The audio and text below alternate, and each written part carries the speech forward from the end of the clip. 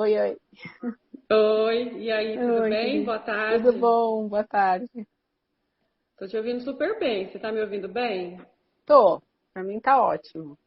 Bacana. Então tá super tranquilo. Vamos esperando o pessoal tá entrando, né? Agora são Uhum. 16h58, falta 3 minutinhos Tá para a bom. gente poder iniciar. Enquanto o pessoal eu vou entrando, mas já sabendo que a gente está aqui, só esperando o pessoal terminar de entrar. Minha luz tá boa É, ou tá muito você tá ótima. branco? Você tá É. ótima. Ah, que bom. Deve ser Tá de legal a companhia experiência, né? aí? Tá de Ah, tenho, companhia né? aí do Imagina que baby? não. Tenho, Ah, mas o pai tá aqui imagino. pra segurar qualquer loucura. Ah, que bom, que bom, que bom. Isso aí. Tá aí junto, né? Oi, Maria. Maria O pessoal tá Bárbara. entrando aí, ó. Francisco. Sueli ontem, a professora Chico Sueli do tá IFAM. entrando, bacana. Sueli, escutei um pouquinho dela ontem É, também. Legal. estão entrando aí o pessoal. Vamos aguardando aí todo mundo entrar.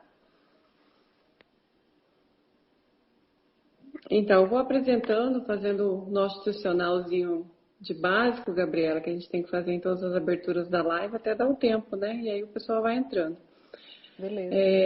Então, pessoal, boa tarde a todos. Eu sou a Viviane, sou diretora do Museu de Arte Sacra. A gente está mais uma programação nossa, que é do MAS MT em Casa, que é a programação de lives, né? Essas lives elas entregam o projeto que tem o objetivo de fazer as lives, como também a produção de vídeos curtos, que fala sobre o nosso acervo, sobre a arquitetura do prédio, né? Enfim, sobre aonde nós estamos e o acervo que pertence, o patrimônio que pertence ao Museu de Arte Sacra de Mato Grosso. São pílulas que a gente veicula todas as quartas-feiras sobre curiosidade do acervo. E a gente também está planejando aí para esse período, né, que a gente se estende aí de isolamento e distanciamento social, programações específicas do museu para atender esse momento que a gente passa aí de propagação do Covid, né, 19 no Brasil. O Museu de Arte Sacra é um aparelho do governo do estado de Mato Grosso. Ele é uma das unidades museológicas da CECEL, que é a Secretaria de Estado de Cultura, Esporte e Lazer de Mato Grosso. Ele hoje é administrado através de parceria com uma organização social, que é a Ação Cultural. Todos os nossos convidados que participam conosco nessas lives, eles são voluntários. E o muito importante é vocês também, a gente começar já a acordar desde o do início, que se caso a gente não consiga concluir em 1 hora, a gente volta para concluir a fala da Gabriela Rangel, que é a nossa convidada de hoje. Eu vou fazer uma apresentação de quem que é a Gabriela, para vocês poderem conhecer um pouquinho.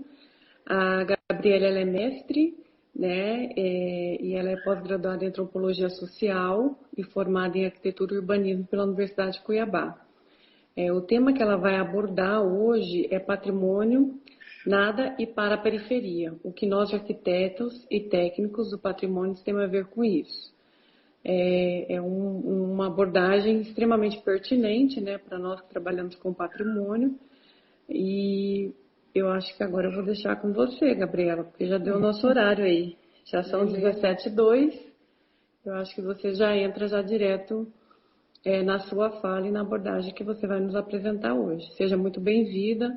O Museu de Arte Sacra agradece a sua participação conosco na live de hoje.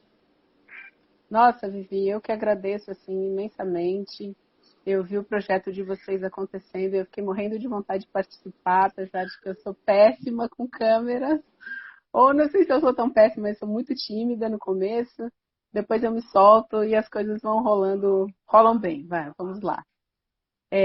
Então, assim, agradeço um Vai dar monte, tudo acho super certo. legal o que vocês estão fazendo, assim, acho demais, e a oportunidade de poder falar disso, que é um tema que, como eu estava conversando com você umas horas antes, né, não é uma política pública aplicada, é um pensamento sobre políticas públicas para o futuro, né, Sim.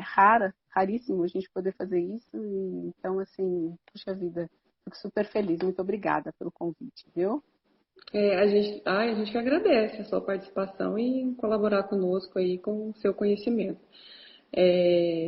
A gente está dispondo todo esse material também no nosso canal no YouTube. Então, todas as lives, elas ficam disponíveis, né, no Instagram 24 horas, que dá ainda para poder rever quem viu, né, ou pegou sua parte, pode ver ali no Stories. Mas a gente também, na próxima semana, a gente já disponibiliza no YouTube, deixa lá para que as pessoas possam ver. Então, as lives que já passaram, elas já estão disponíveis. E a sua também vai estar disponível. Então, se você quiser depois compartilhar, enfim, com os né? pesquisadores, né, e daí por diante, é só compartilhar lá do nosso canal. E siga a gente nas redes sociais. A gente está aí no YouTube, com o canal, nós somos no Instagram, no Twitter, com página no Facebook, e aí bem ativo o nosso pessoal e com a produção de conteúdo bem interessante. Que legal. Vai lá, Gabi, agora é você. Isso aí, então vamos lá, né? Bom, então é o seguinte, eu coloquei esse tema, patrimônio da e para a periferia, para fazer uma provocação para os arquitetos e técnicos do patrimônio, e estou vendo aí que teve bastante técnicos que entraram e estão aí querendo ser provocados, o que eu acho ótimo, né?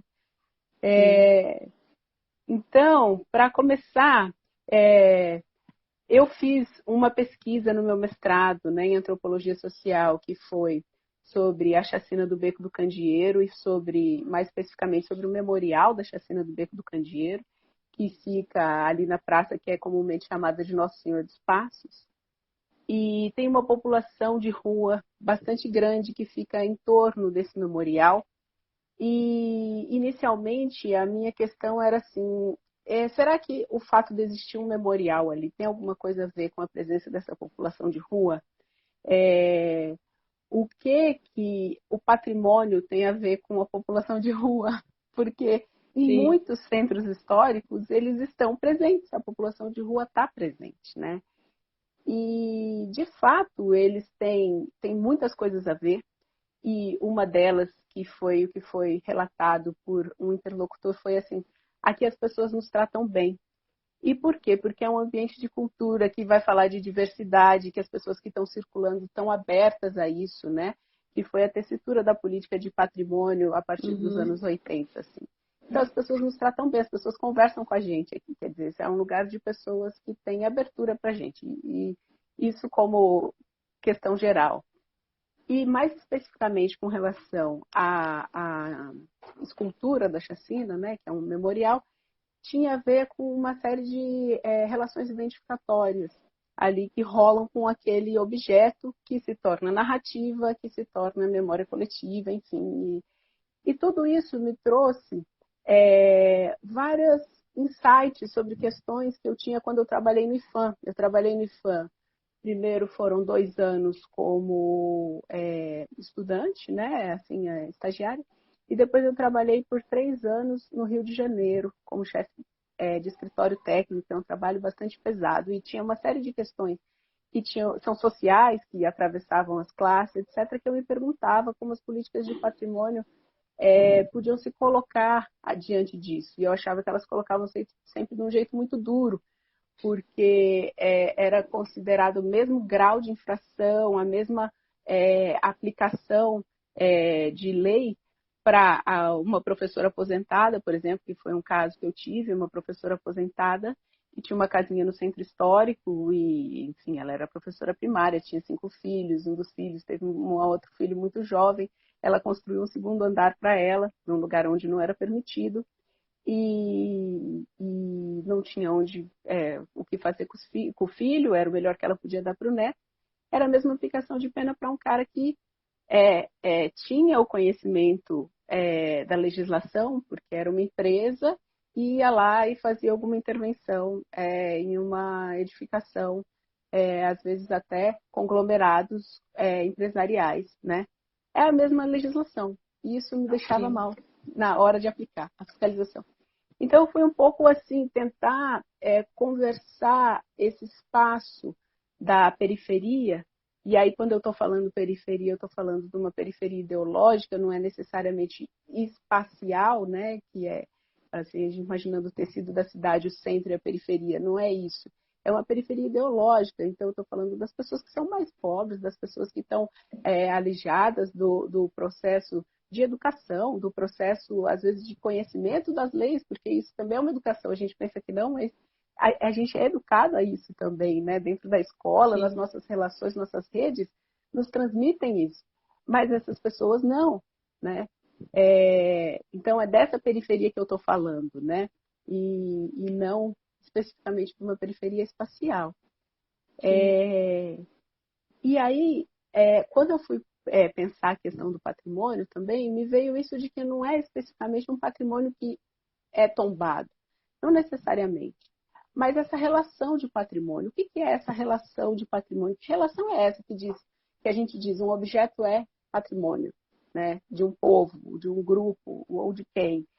E essa relação, então, foi alguma coisa que eu fui procurando, fui tentando entender o que era esse patrimônio enquanto relação com objetos, e aí cheguei a esse conceito do José Gonçalves, né?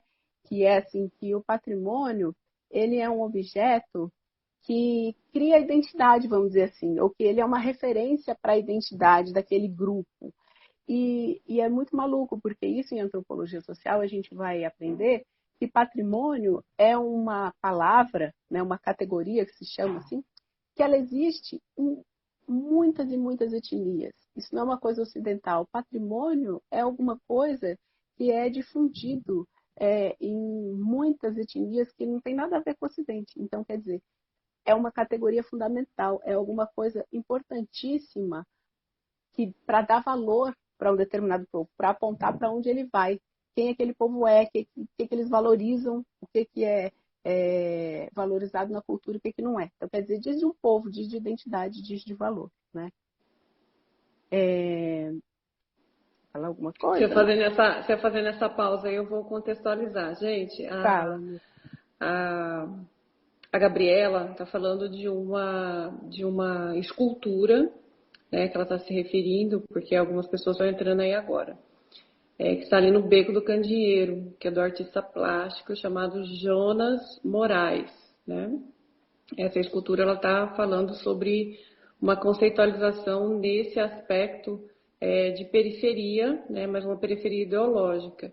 E essa escultura ela representa uma chacina que aconteceu ali de 3 adolescentes, acho que completa 22 anos, Sim, né? Esse ano. sim. 22 anos e que ainda é um crime que não foi solucionado, né? Uhum. Uma barbárie que aconteceu ali, né? E que não tem uma solução devida. Só para contextualizar, ela está no centro, praticamente quase região central, né? De Cuiabá, onde se encontra, que é ali próximo ao antigo córrego da Prainha, né? Próximo, atrás da igreja Nossa Senhora dos Passos. E ali fica o beco. E essa escultura foi colocada ali em homenagem a eles, que é o Jonas Correia, né? Isso. Então, E é dentro fala. desse contexto que ela está abordando ali desse monumento, né? Que hoje passa a ser um monumento, né? Na nossa cidade, assim Sim, como sim. também, Gabi, a gente trabalhou agora recentemente na restauração de Maria Taquara. A gente fez 3 monumentos. Nós fizemos Maria Que Taquara, lindo. fizemos o chafariz do Mundel e o obelisco, que é o obelisco dos 200 anos, que Cuiabá recebeu em comemoração aos 200 anos, quando ela fez o aniversário, que está ali na Praça do Sei. Porto, que é a Praça Albuquerque, né? Está ali naquela praça. Então a gente fez a restauração Uhum. desses 3 monumentos, numa parceria aí com a prefeitura, né? E a mesma coisa também, eu acho, essa aplicabilidade desse conceito que você coloca para esse monumento, eu vejo que Maria Taquara tem o mesmo, né? Assim como Sim, também, se a gente for pegar outro que nós temos que está lá no Parque Mãe Bonifácia, que é a escultura também feita por Jonas, né, Correia, sim.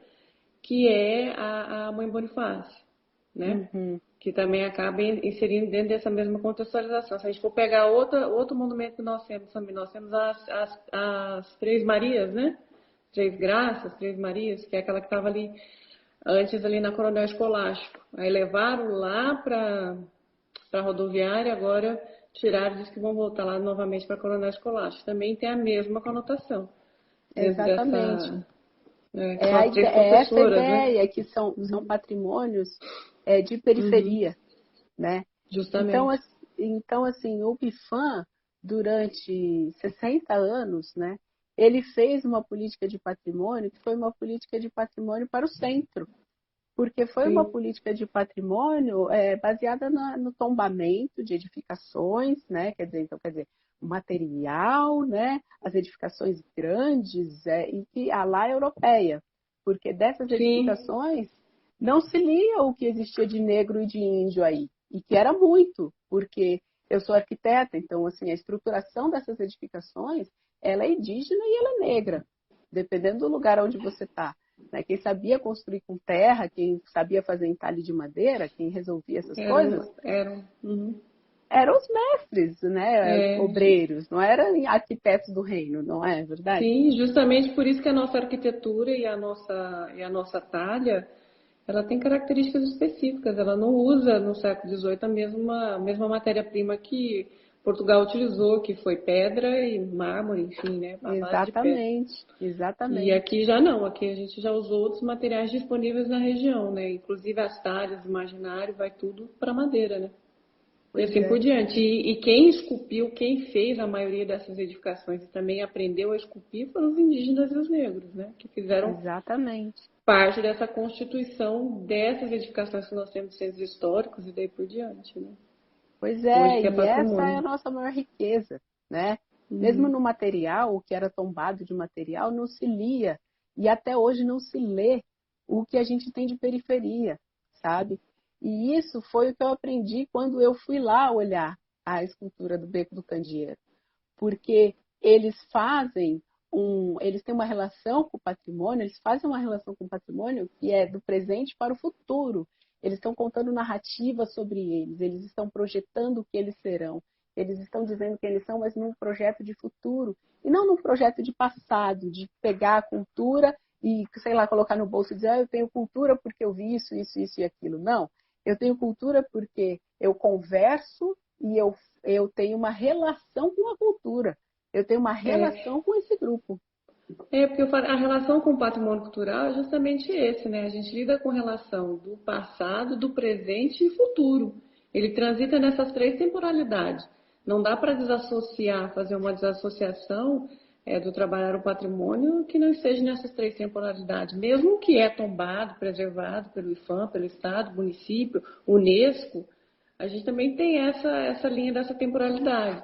E eu acho muito interessante dentro dessa linha, desse conceito ideológico, né, que vem abordando para uma percepção muito mais focada presente e futuro, né? Mas só que também vai Sim, existir uma relação com o passado daqui um sim, passar de tempo.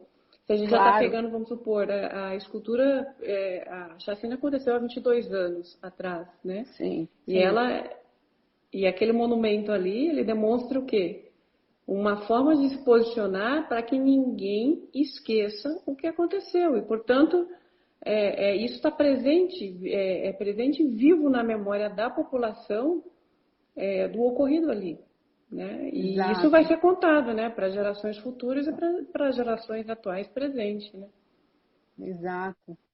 Então, assim, será que não está numa hora da gente começar a fazer uma política de patrimônio que tem muito mais a ver com uma relação de educação patrimonial, e isso é muito mais patrimônio do que simplesmente, né, ou somente tombar e ficar ali rebocando o negócio que está caindo, rebocando o que está caindo.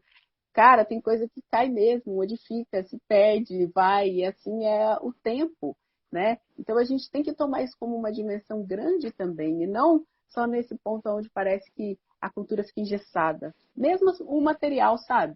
E essa é um pouco a minha provocação, porque essa distinção entre material e imaterial, ela também faz com que parece que assim, o material ele é imutável, tem que permanecer do jeito Estão que sempre juntos, foi. né? E eles estão juntos, né? Estão Não juntos, existe materialidade sem todo sem o uma material. sem o imaterial, sem o intangível, sem o pensamento, sem o modo de fazer. Sim. Não existe um modo de fazer que não resulte numa produção de uma materialidade, ainda que seja dos corpos, até como a gente vai pensar em antropologia, quer dizer, que seja da forma como a pessoa se mexe, porque dependendo da ferramenta que você tem, você se mexe de um jeito ou de outro. Quem come com a mão não se mexe como quem come com talheres, entende? São pessoas, são corpos diferentes. Então, Sim. isso tudo é que me instiga trazer para o campo do patrimônio, para a gente poder brincar, me instiga a fazer brincadeiras, trazer a população de rua para ensinar patrimônio, entende? Para os técnicos. Vamos Sim. ouvir o que eles têm a dizer, vamos ver, vamos observar, né? Vamos ouvir numa leitura, quer dizer, de dar lugar, né? Vamos tirar consequências do que eles estão falando, porque eles estão falando coisas muito fortes. Então, na época da minha dissertação, o que me deu start para esse tema foi porque houve uma reforma ali, na praça, no Alcino dos Sim, na Passos. praça, lembro. Lembra do Sim. PAC? Uhum, E lembro. no momento da reforma, iam retirar a escultura. Uhum. E o caminhão chegou a bater na escultura, assim, ele ia pegar a escultura e fazer assim, né, aqueles caminhões, plá, jogar para dentro. E aí, quando alguém perguntou pro caminhoneiro lá, pro tratorista, mas o que você vai fazer com essa escultura? Como você vai jogar? Ele falou, sei lá, vou jogar no lixo. Assim, Uau! foi assim, entendeu a Caramba! coisa? E quem impediu o Uhum. cara de fazer essa história foram os moradores de rua que estavam lá, que ficaram Olha, malucos, porque aquela escultura tem uma representatividade enorme para eles. para eles E também, em né? seguida, quem conseguiu segurar a coisa foi o antropólogo da Arqueo, que estava fazendo a pesquisa arqueológica ali, e que, pelos Aham. meios legais, papapá, acessou. Então, quer dizer, esse cara, ele teve um momento de sacar, de ouvir o que aquela escultura representava naquele espaço, entendeu? E aí ele Sim. conseguiu fazer as ligações importantes, legais, para que aquele negócio não saísse dali. E foi muito Que ele estava tratando engraçado. como uma peça qualquer, né? Exato, vou jogar no lixo. Não sei o Sem que é conhecer a sua isso. história, a sua memória. Depois que ele conheceu tudo isso, ele começou a enxergar de outra forma e ver e falou: ah, vamos Exatamente. até reservar um cantinho para. Peraí, né? Peraí, calma. Aí ficou aquela coisa, assim, vai para o museu, é uma relíquia maravilhosa, patrimônio, tem que ser tombado, ou é lixo? O que a gente faz com esse negócio? E no final das contas o negócio ficou lá. A reforma aconteceu em volta da escultura, sabe? Sim. Porque assim, E ninguém deixa eu te contar conseguia. uma coisa. Entre os projetos, os monumentos que eu apresentei à prefeitura, haviam vários monumentos, inclusive esse, que era para passar por restauração. E aí escolheram os emergenciais, né? O que estava com problemas, né? Que foi o caso do Chafariz do Mundel, entre outros. Mas ele estava na lista Que também. Que legal. inclusive o próprio artista ia fazer, né? Essa restauração. E aí não aprovaram, né? Não foi uma das prioridades. Priorizaram para uma primeira etapa, né? Que é o que se coloca fazer esses que eu mencionei, né? Que foi Maria Taquara, que Sim. também já estava bem danificada, né? O Ah, obelisco lá no foi Porto. importantíssimo restaurar Maria Uhum. Taquara. Eu acho que se Foi. tivesse alguém ali fazendo escuta no território, sabe, etnografia, ia ouvir coisas Muita, magníficas. E eu magnífica. tenho vontade disso também, assim, de ir para Sim. esses espaços e E sacar o que uma restauração significa, sim. entendeu? A partir da E boca uma, das pessoas mesmo. e uma das coisas que nós fizemos pós o restauro, cada placa que nós colocamos, elas têm um código de QR Code. Então, quem estiver Sim. passando pela região, clica ali com o celular e vai poder ler a história daquele monumento. Porque é uma forma também, às vezes o monumento está ali, mas ele não comunica o seu contexto, né, a sua Sim. imaterialidade, né? Sim. E quando nós fizemos isso com o Chafariz do Mundel, que lá está a pesquisa da professora Neila Barreto, e também tem todo o processo, como foi desenvolvida a técnica para restauração e daí por diante, está ali também. E a escultura da Maria Taquara, a gente também fez a mesma coisa. Colocamos também lá uma pesquisa, o código QR Code no obelisco também é a mesma coisa, para que as pessoas possam fazer a leitura. E a nossa proposta era fazer isso nos monumentos todos em Cuiabá, que todos fossem restaurados e tivesse o código ali para que quem estivesse passando pelo monumento poder ler a sua história, né, a informação adequada sobre o monumento, porque é só assim que a gente vai construir a representatividade deles para quem ainda não os reconhece, né? Claro. como É isso, patrimônio, como a gente está né? falando, né? Tem a ver com você reconhecer alguma coisa ali, né? Para constituir sua própria identidade, sua narrativa, né? Sempre tem a Isso, ver com sua vida. justamente. É muito legal. Eu estou vendo que tem uma pergunta aqui, depois você vai. Vamos voltar? Deixa eu dar uma olhada. Boa noite, Gabriela. Como você avalia narrativas impositivas do patrimônio? Infelizmente, ainda muito forte em contraponto. Gente, deixa eu pôr meu óculos Sim. porque essa letra é muito pequenininha. Ah, deixa eu tomar. Em contraponto com as perspectivas neocolonial que invertem o processo, né? Invertem o processo. Essa é uma Então, pergunta. Aí é que pode andar junto com uma forma diversa de patrimônio. Acho que essa é só essa. Tem mais alguma outra? Deixa eu tô passando aqui para ver se nós temos mais alguma outra pergunta. É essa mesmo. Você quer responder? tá. Eu quero responder. Deixa eu ver aqui. Aqui. Pós-patrimônio, né? Não Pós-patrimônio. sei, não sei pós, se é pós de depois, para além de, ou se é uma Para além. pós-graduação, eu não sei. Mas enfim, Escreve pra gente pós-patrimônio. aí o que é pós-patrimônio, por É, favor. mas assim, eu estou interessada, né, pós-patrimônio, em fazer uma aliança entre essas coisas, em pensar o que é possível, né, dentro das políticas de patrimônio. E eu acho que começar a misturar é muito bom, é muito importante. É muito importante que os arquitetos leiam ciências sociais, entende? É muito importante que os cientistas sociais se interem da arquitetura, porque na arquitetura também tem materialidade. Então, isso que eu estava falando com o Vivi, né? Eu acho que dentro de uma política pública que já está estabelecida, que tem suas instituições, seus técnicos e que já tem uma maneira de funcionar extremamente rígida. Eu fui de fã, né? Eu sou de fã porque eu sou fã, assim. Eu sou uma apaixonada pelo IFAM, sou uma apaixonada pela Secretaria de Cultura, pela Secretaria de Patrimônio, eu sou uma apaixonada pela cultura e pelo patrimônio, né?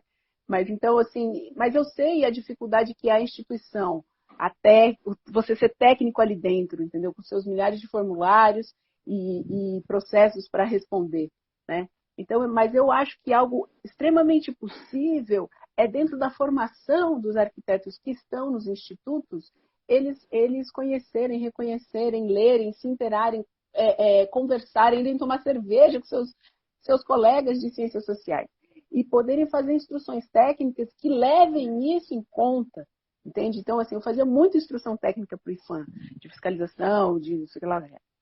Cara, você poder fazer isso levando em conta todo um arcabouço do que é da relação das pessoas com aquela materialidade é importantíssimo.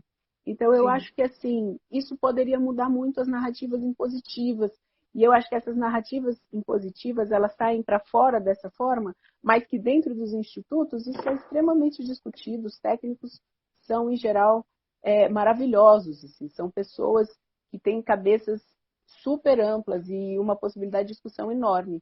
Mas a lei é muito rígida. Agora, como que essa lei pode ser modificada ou como que ela pode ser flexibilizada, né? Lei não é uma coisa exatamente que se flexibiliza, né? A lei é uma lei. Mas eu acho que Mas tanto, desculpa, só para concluir, você fala, do lado dos sim, com técnicos, eles certeza. poderem se mesclar, se misturar um pouco mais, material com material, ciências sociais e arquitetura tem tudo a ver, tem que se misturar. E eu acho que, de outro lado, a gente também trazer para dentro dos institutos as narrativas que são populares, porque a gente colocou a periferia como objeto, quando a gente faz o patrimônio imaterial, mas a gente não colocou ela como sujeito, né? Sim. Quem são eles? Como eles fazem? Por que fazem? Como fazem? E incluir isso dentro das nossas legislações. Eles têm que dizer o que é patrimônio. São as pessoas que têm que dizer que é patrimônio. Então, isso é uma abertura na legislação. Não tem como. Seria fazer uma nova legislação. Porque hoje são os técnicos que dizem o que é patrimônio. Mas os técnicos ficarem ficarem menos puros, sabe? Ficarem um pouco mais misturados, aí eu acho que é super possível de acontecer ontem. É. Fala, Vivi. Tem uma autora que, eu esqueci o nome dela agora, eu li, ela sempre fala assim, como eu sou técnica, sou entendida, eu estudei sobre, né, eu tenho propriedade para dizer sobre, então pronto, e aí acabou, e ninguém sabe nada, quem sabe sou eu, né? É essa ruptura, né, que a gente precisa ter Sim, dentro desse formato, dessas posturas. Mas as legislações, Gabi, elas são passíveis de ser revistas, né? sim, sim. Até inclusive a de tombamento federal, estadual, municipal, elas são muito antigas, né? Então são legislações que podem ser revistas, chamada para uma audiência pública para revisão e daí por diante, né?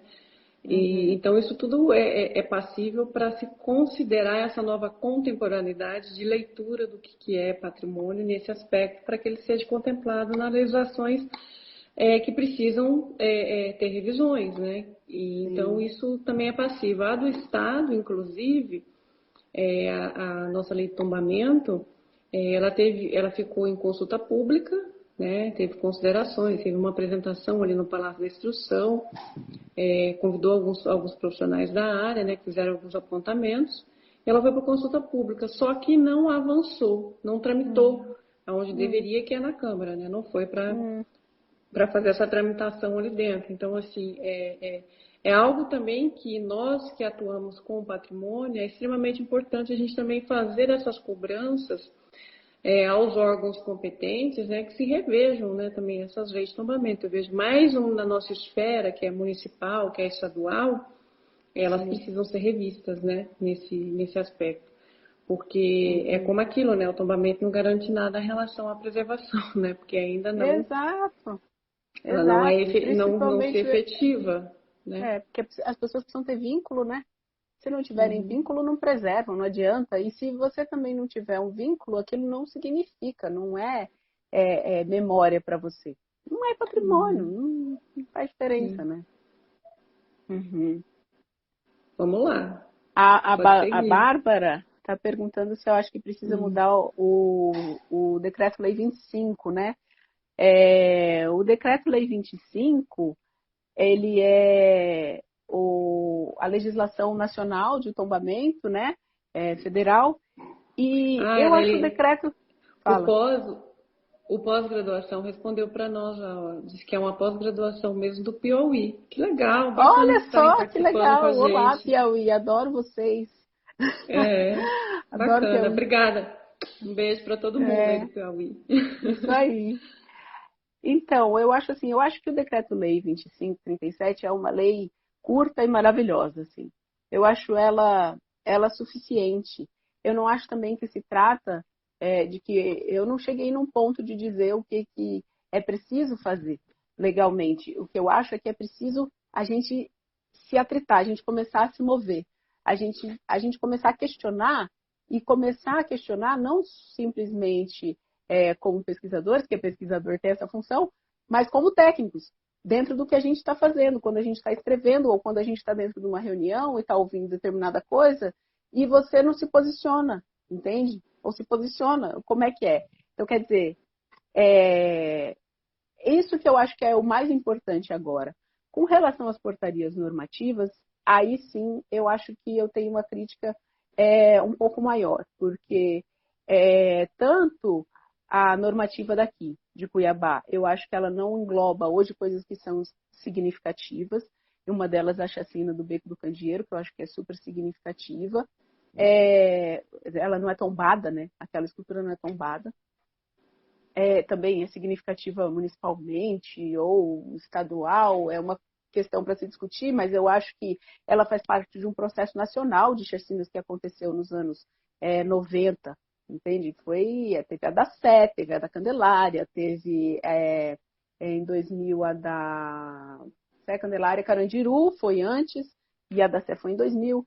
Essas chacinas têm a ver com a periferia, têm a ver com a morte das pessoas que são É, negras, pobres, isso faz vínculo. E usuários, acho, né? Os usuários adolescentes de 13, 14, 16 anos eram usuário, né? eram, Por mais que tinham família, mas eram usuário e viviam ali naquela região, né?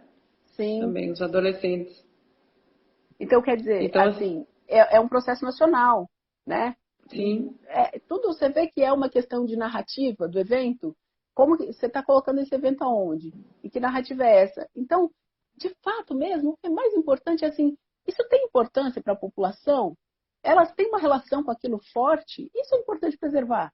Essa memória é importante preservar, essa relação é importante preservar, porque isso é fator de identidade, sabe? Isso é a vida das pessoas, as pessoas se projetarem no futuro com força, dizendo eu sou alguém porque eu vim de não sei aonde, ou dizendo eu não sou ninguém, eu não sou nada. Entende? A minha história não é valorizada e eu não sou nada. Isso é importantíssimo, isso fala de vidas. Então, assim, só para mais especificamente a Bárbara, as portarias normativas eu tenho mais Não só de vidas, né, Gabi, mas como críticas. também de um assassinato, né? Brutalmente, né? Sim, Foi um assassinato sim, brutal e que ainda não tem resolução, que não foi resolvido. Então, assim, isso é uma coisa também para ficar dentro dessa imaterialidade para a população, que é um crime não resolvido, né? é, Não foi resolvido ainda, não se chegou a um determinado culpado. é. Você vê que isso entrecruza diversas instituições, né? É, Assim, tá falando de patrimônio, tá falando de justiça, você tá falando sim. de administração pública. É uma coisa super complexa. Quebra dos direitos humanos, né? Enfim, Exato. diversas relações aí inseridas dentro desse contexto, né? E é extremamente Exatamente. importante. Aquela escultura ali, ela marca um assassinato, ela marca uma chacina, ela marca um crime ainda não desvendado, ela marca a brutalidade sofrida por menores, porque os garotos eram de menores, de 13, 14, 16 anos, né? E ainda marca uma relação em que aquela região ainda se estabelece dentro da nossa cidade, porque ali nós temos o Beco do Candeeiro, ainda é um local, ainda há vários usuários, vários moradores de rua, né? Moradores de situações de rua que circulam ali, como o Morro da Luz, que também está ali em frente, né? Então ela tem Sim, uma conotação muito simbólica nessa relação, né? E sim. que também ainda não temos esse problema resolvido em Cuiabá, né? Como Sim, em sim. várias outras cidades do Brasil, né? Que é a É, questão dos moradores, né? De moradores em situação de rua, como também de usuários que circundam aquela região, né? isso. Né? E aí, assim, o que fazer com essas pessoas, né? Como fazer? E é isso. Eu acho que o patrimônio é uma via de inclusão dessas pessoas. Entende? Eles têm relações com aquilo. Tem morador de rua ali no centro que tem 40 anos de centro histórico. Cara, 40 anos o cara vive lá. E ele tem 45. Ele diz que ele era um menorzinho de idade, entendeu? Um moleque, Sim. sei lá. Então, Ele a não tem gente tem uma muito. outra representatividade nem conotação de lar, né? É ali. Exato, Ali é é o ali. lar. É. A gente tem muito a Ali é o aprender, lar. né? A gente tem É. muito a aprender com essas pessoas. Não é possível, eu não Sim. consegui chegar nem a 1% do que eu imagino. É, Francisco está falando alguma coisa aí também. Francisco colocou aqui, acho que essa população mudou para o Morro da Luz, agora existe uma intenção de qualificação na área, sendo necessária a remoção dessa população. O que podem nos dizer sobre, né? Como é que é? Não achei esse daí do Francisco. Tá mais para Essa população mudou para o Morro da Luz, agora existe a intenção de sim. requalificar essa área, sendo necessária a remoção dessa população. O que podem Uhum. nos dizer sobre, né? Ah, essa Porque tem provocação uma é questão, interessante. Essa provocação do Francisco é bem interessante. é, é, O que fazer, né, com a população de rua? O que a gente pode fazer com eles? Meu Deus, tira todo mundo, requalifica. Olha, eu só posso dizer o seguinte, que violência é respondido sempre com violência. Se você chega lá, arranca as pessoas em situação de rua do Beco do Candeeiro, joga lá, sei lá, distribui em cada comunidade foram removidos. terapêutica. Na verdade, o que está no morro, eles saíram da Ilha da Banana e foi lá É, pro Morro da Luz, né? exato. E aí ficam no beco, e se tirar do beco vão pro morro, se tirar do morro e do beco, eles vão, como disse um cara lá na remoção do casarão, ele falou, eles tiram a gente do casarão, a gente vai para os casarinhos. Eles se dispersam, entendeu? E sempre volta com muita violência, porque uma recusa de afeto do outro por um preconceito, né? Claro que é respondida como violência, né? É respondida desse jeito, é uma proteção deles contra essa população. Vejam o filme A Senhora da Van, que fala sobre uma pessoa que é assim sem teto e é exatamente aquilo, sabe? Eles são extremamente ríspidos, eles são violentos, você oferece uma coisa super no amor e eles, eu não quero saber disso, sai daqui, etc, né? Mas então, assim, o que a gente pode fazer? Eu acho que a via é de inclusão. Existe muito lixo no centro histórico. A maior parte desse lixo é de comerciantes e de papelão, porque eles recebem as coisas em caixas, por exemplo. A gente já fez uma estimativa de que uma reciclagem do papelão no centro histórico daria determinada quantidade de dinheiro que poderia servir a essa população para, ao invés de ficar tendo que roubar celular para comprar a sua pedra, entendeu? Ganhar o seu dinheiro para comprar a sua pedra. Tá, mas eles continuam fumando pedra. Bom, isso aí é problema deles, entende? Ou se é um problema de saúde pública, é a saúde pública que tem que responder.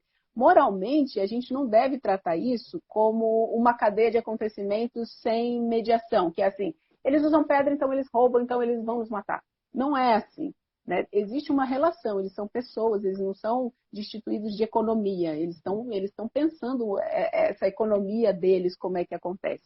Então, fazer a inclusão dessa população, por exemplo, pela reciclagem de lixo, isso teria que ser num formato que não é um formato assim de colocar a carteira de trabalho para eles, etc. Não, porque não é assim que eles funcionam.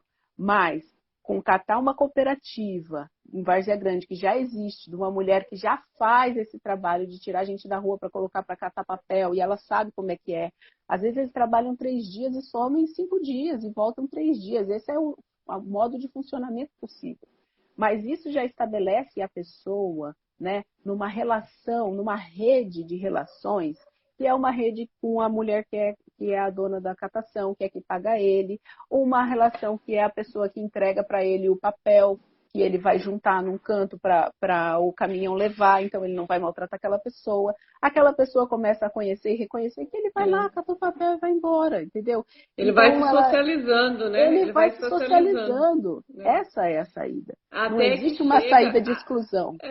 até que Isso chega o não é uma saída. momento de eles, por conta própria, ter a consciência que precisa se tratar. Essa é a ponte, não é você ir lá Sim, tirar da rua e fazer uma internação à forçada. força, uma É, internação forçada. Não é esse o exatamente. objetivo. Porque ele vai lá, vai se internar, ele não quis, e logo ele sai da internação, um mês ele está na rua de novo usando. Então, ou seja, Exatamente. não resolve. Então, ele precisa também, é uma forma de educar, para que ele mesmo consiga se observar como um agente ativo dentro da sociedade, respeitado, com dignidade, tendo o seu dinheiro e fazendo a escolha. Ou eu guardo para ter uma vida melhor, né? Almejando algo melhor, ou eu vou usar, entendeu? Sim, E aí vai indo. Então, essa consciência, ela sempre vai se dignificar com o trabalho e com a inclusão. Então, exato. E a gente, é a mais gente ou tem que menos parar de ser isso. moralista, porque essa É, escolha, eu uso o meu dinheiro ou eu guardo, é uma escolha que a gente também tem que fazer todos os dias. Não é justamente. verdade? Você fala, vou viajar de férias com os meus filhos e tal, vou gastar essa grana ou vou comprar, sei lá, um ar-condicionado novo, melhorar meu carro, ou sei lá o quê, entendeu? Ou às vezes Sim. vou investir na minha educação. Essas são escolhas que Temos a o gente faz também, livre-arbítrio. não é? Temos Exatamente. o livre-arbítrio Temos o de livre-arbítrio. fazer as nossas escolhas, entendeu? Então, o que dá para dizer dessa população é que eles estão sim à procura de inclusão. A gente acha que não, né? Às vezes que eles estão à procura só de confusão e de sair tocando o F, né? Mas não é isso, não. Eles estão à procura de inclusão, eles estão sim. Tanto que se você parar para dar ouvidos, meninos, vai ficar horas escutando algum, porque Vai, eles vai. falam. Querem A falar, querem Pinacoteca fazer de São laço. Paulo, a Pinacoteca de São Paulo ela desenvolveu um trabalho durante um bom tempo com os moradores de rua, em situação de rua lá em São Paulo, onde eles fizeram oficina de estêncil, né? E o que eles produziram foram colocado nas janelas, colocado o MDF e os stencils produzidos por eles em volta da Pinacoteca, porque aquela região também é uma região ocupada, Sim. né? Tem ocupações, tem moradores em situação de rua e uma certa diversidade, né? Nesse sentido. E foi feito esse trabalho, né? Assim, deu trabalho, a experiência que eu vi, né, do educativo de lá foi super trabalhoso, né? Até mobilizá-los, eles irem para o espaço, enfim. Mas conseguiram, tiveram um bom resultado, né? E hoje tem projetos ali também que acabam lidando com esse não público, né? Que também é uma reflexão para nós que estamos dentro dos aparelhos culturais, trabalhando, museus, centros de cultura, porque a gente às vezes faz um trabalho para o nosso público, que é o que já nos frequenta, mas a gente também tem que trabalhar para o não público. Quem é esse não público? Esse não público são essas pessoas em situação de vulnerabilidade, quem não está no grande centro, enfim, é o público com que a gente também precisa desenvolver esse trabalho, né? E aí inclui-se os moradores, né, em situação de rua, inclui quem está às margens, também o pessoal LGBT, e assim vai indo, né? Que a gente tem os trans, né? E a gente também tem as prostitutas, as que são prostitutas, frequentadoras do centro, estão sempre lá, isso, tem que são pontos. sempre lá, né? Então, assim, quem é esse público que está ali, que circula nessa, né? Que é extremamente importante a gente também pensar em programas, né, e ações que também vá atender essa população. Porque às vezes o desenvolvimento de uma ação dessa de inclusão, né, que você se estabelece, automaticamente você faz o despertar da consciência que algum deles ainda não tem, né, nesse aspecto para se tratar, para se inserir novamente, Sim, e assim por diante. essa política de morte do uso do crack e da pedra é essa economia, né, de uso da droga, essa droga horrorosa, e é uma economia de masoquista. Ela não é uma Sim. coisa, só delícia, ele fica fumando porque é muito bom. Cara, assim, é uma loucura você pensar isso. Pode ter sido muito bom uma vez, duas, nas vezes que é legal, mas no geral não. Então aí, assim, eu tive todo uma passagem, né, pelo psicanálise na rua, faço parte do psicanálise na rua, porque assim, as ciências sociais nos ajudam muito a ver um problema. Mas você nunca sabe como tratar um problema pelas ciências sociais, ela te deixa lá com o pepino, entendeu? Você fala assim, e agora, o que que faz com isso, né? E aí tem um trabalho da Universidade Federal, né, a Adriana, que é a minha mãe, a Adriana Rangel, que faz um trabalho de escuta dessa população, tratamento pela via da psicanálise, é um tratamento em liberdade, bastante interessante, assim, o projeto e a perspectiva dele de se instalar lá onde eles estão, para os ouvir, né, e não ficar demandando que eles, sei lá, saiam, vão para algum lugar, sei lá, estabelecido na cidade, porque eles não têm esse circuito, né? Sim. E aí, como você percebe quando você começa a estudar e a entender como é que a economia do sujeito funciona, que aquilo não é uma economia de prazer puro, entendeu? É um prazer na dor, é um masoquismo, sabe? Então, até o sujeito. Como é que você sai do masoquismo? Você tem que achar que você vale alguma coisa, né? Sim. Porque enquanto você acha que você é uma merda, e você está apanhando porque você é uma merda. Então, para sair disso, é preciso a valorização. Ele precisa se valorizar. Como que se valoriza? E aí que eu acho que o patrimônio entra como uma coisa muito bela, entendeu? Muito linda, porque faz essa conexão do sujeito com o coletivo, faz laço, sabe, social. Então, mais do que simplesmente o filho daquela família que o maltratou, porque essas pessoas têm histórias Terríveis, né? dilaceradas, terríveis, É. né? Mas mais do que aquilo, ele é também o sujeito do mundo, né? O mundo o acolhe. Ele vai procurar o pai do mundo. Não teve um pai Sim. real, mas tem um simbólico aí que sustenta, sabe? Essa valorização para ele sair desse lugar.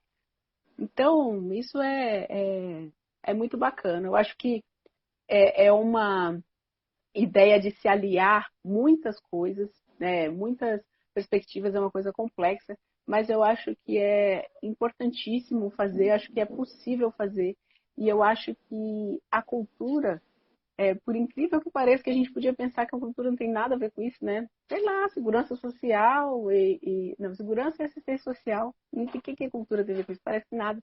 Mas a cultura parece que é o lugar onde, que possibilita essa conversa. entre a assistência social, a segurança, a valorização, o sujeito e o mundo, sabe? A cultura e o sujeito. A cultura possibilita.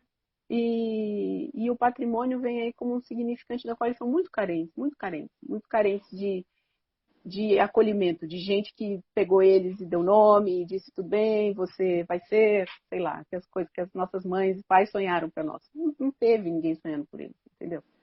Então, é duro, é muito duro. Sim.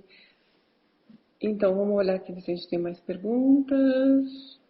Teve só uma afirmação aqui. O direito humano é a fala, que é o pessoal da Do psicanálise na psicanálise na rua. rua, Do grupo aí que você acabou de mencionar.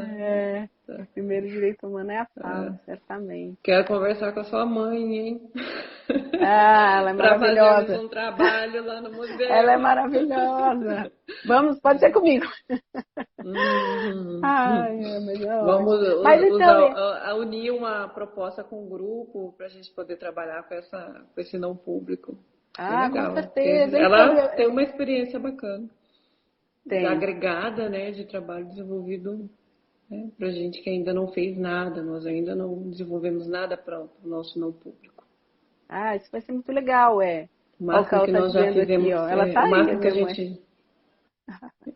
Tá? Ela tá, olha Legal. lá, ela escreveu, ó. Quando alguém fala, o sujeito desenha seu É, lugar. É isso mesmo. olha, que É, legal. muito bem. Sim. Vamos trabalhar Então, juntos. vamos sim. O que a gente já desenvolveu lá foi trabalhar com os menores, né? Recebê-los para visitas, né? Os menores infratores ali do Pomeri, né? Esses reeducandos, né? Na verdade é o outro nome, né? Os Sim. reeducandos, que a gente já recebeu para visitas, né? Mas eu acho ainda que é um trabalho muito pequeno, né? Eu acho que a gente teria condições de desenvolver algo mais robusto nesse aspecto com esse não público, né? Que legal. E seria uma Então, ótima parceria. nossa, vamos, super vamos. Vamos sim. E eu ia dizer isso, assim, com relação aos técnicos, né, no patrimônio em geral, sair do seu quadrado tem a ver com tentar implementar a educação patrimonial. É a parte mais difícil e é a mais importante e é a que menos se faz, a menos valorizada. E é Sim. fundamental a educação patrimonial, assim, pensando em tudo que esse termo abrange, assim, né? Não de que é um educando o outro, né? Mas daquele que aprende através do exemplo de um outro que está fazendo, vai junto, olha, pega coisas, Sim. enfim. É uma das partes mais importantes. Eu achei que quando a gente pintou os painéis no centro, a gente fez eu fiz um trabalho de educação patrimonial com a arte, né?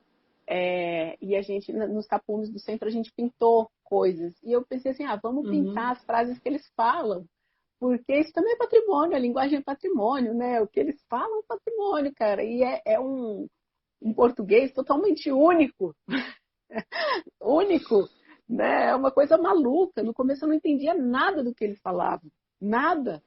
E aí a gente pintou, e eles vieram pintar junto as coisas que eles diziam, sabe? Cara, foi tão Olha, legal. Foi muito legal. imagino. Foi lindo. Que bacana. Muito legal. Gente, mais alguma pergunta? Adriana, eu vou te procurar sim, O viu, povo Adriana está Rangel? A conversando gente um com vai o te outro. falar. Olha o Cuiabá de antigamente. O Cuiabá de antigamente entrou aqui também. Obrigada pela Olha participação de lá. vocês. Grande. Gente, entrou no Cuiabá de antigamente. O Cuiabá de antigamente faz um trabalho muito bacana de É registro muito legal. fotográfico. Eles publicam sempre fotos, né, de Cuiabá antiga.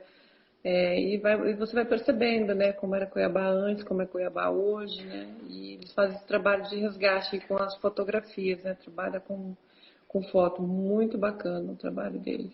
É muito bacana. Quem está fazendo isso hoje é o Atlas Cuiabano. Mas O registrando Atlas, né? hoje, e que é muito legal também, o Atlas Cuiabano. Maria Bárbara falou com a gente. Ela falou, Ah, né, do é Atlas verdade. Cuiabano. Ela foi a nossa segunda live. Maria Bárbara trouxe a experiência do Atlas e falou todo o trabalho que o Atlas também está fazendo. Também é outro, viu, pessoal, para vocês seguirem, né? O Atlas Cuiabano, que vem com essa perspectiva do hoje. Bem legal, de Cuiabá. Tô A gente tem o fãzoca. de antigamente e tem o Atlas. né? Isso mesmo, dá para comparar. É. É isso. Legal. Você quer concluir? A gente ainda tem um tempinho que acho que dá para você concluir. São 17h53, né? Eu acho que a gente vai encerrar já deu o nosso tempo. Foi E rápido! quero agradecer, foi rápido, foi super gostoso, né? Ai, A que conversa delícia! fluiu Obrigada, super bem. Virginia. Foi Eu ótimo, que adorei. agradeço, tá? O museu agradece a sua participação. Muito obrigada por ter aceitado o convite, né? E participar com a gente. E também está estreando na live, né, Gabi? Espero Eu que tô, você possa gente, fazer. estreando na live. Hoje é a estreia dela. Possa fazer Ai, outras aí para adorei. compartilhar o seu conhecimento, tá bom? Muito Vamos. obrigada, pessoal. Obrigada a todos Sim. que participaram com a gente, né? Quem quiser participar conosco também em outras lives aí, tenham ideias, sugestões, né? Fique à vontade de sugerir para nós aí, tanto no Instagram ou entrar em contato com o João Batista, que é o nosso educativo, que está mexendo com essa programação. Vai ser muito bem-vindo, né? E eu acho assim que essa programação de live acho que é algo que vai ficar para o museu, que a gente não vai parar com elas pós a quarentena, não. Que legal, vamos. Pós o distanciamento, né? Façam, por favor. Porque Vamos ver tem se a sempre gente a consegue trazer acrescentar. umas vozes da rua para falar. Eu acho que a gente Vamos, consegue, imaginou? Que legal. Falar de É. patrimônio, falar da Jacina, cara, precisa ver, é lindo demais. Vou falando. Sim. Ó, a Porque a Paulinha, a gente tem Paula tá lições a aí, ó. tomar. A Paula, Paulinha que participou com Libos. a gente também, de uma outra live. Pessoal, muito obrigada, tá, pela participação de todos. Continue seguindo o museu aí nas redes sociais. Siga o nosso Instagram, Twitter, Facebook. Vai lá no nosso canal do YouTube. Se inscreve no canal, curte as nossas postagens. Vamos interagir aí com a gente. A gente está produzindo bastante conteúdo para vocês que estão em casa. Fique em casa. Vamos cuidar da Legal. gente, cuidar da nossa família, cuidar de quem a gente também pode atender aí a mais, né? É isso Dos nossos aí. vizinhos, né? E os nossos amigos fraternos. É isso Pessoal, tenham um bom mesmo. final de semana, um bom domingo a todos, né? E uma boa segunda-feira, amanhã, que a gente possa iniciar a semana com muita fé, com muita sabedoria, né? E nos cuidando. Um grande beijo, fique com Deus todos. Obrigada, É isso Gabi, por aí. participar com a Axé, gente. axé Cristóvão. Cristóvão tá aí também. Axé, Cristóvão tá Cristóvão. aí do Seu trabalho MISC. maravilhoso no O MISC. Museu da Imagem Periferia do tem a ver com os Som. negros, né? Tem, Importantíssimo dizer uma nossa, coisa dessa. Cristóvão tem um Super. trabalho fantástico, né? Com a capoeira, com a memória africana, né? Tem um trabalho lindíssimo. Foi um dos que ajudou no processo do mapeamento, né? Quando o IFAM fez o registro, né? Da capoeira com os mestres, né? Foi um dos grandes articuladores aí, de extrema importância. E Cristóvão é o nosso patrimônio também. Já é. Pessoa Adoro com ele de patrimônio, né? paixão. Eu também. Então tá 10. É bom. isso aí, gente. Museu, então, curtam o museu, que o museu tá vendo, né? Não é só coisa do passado, né?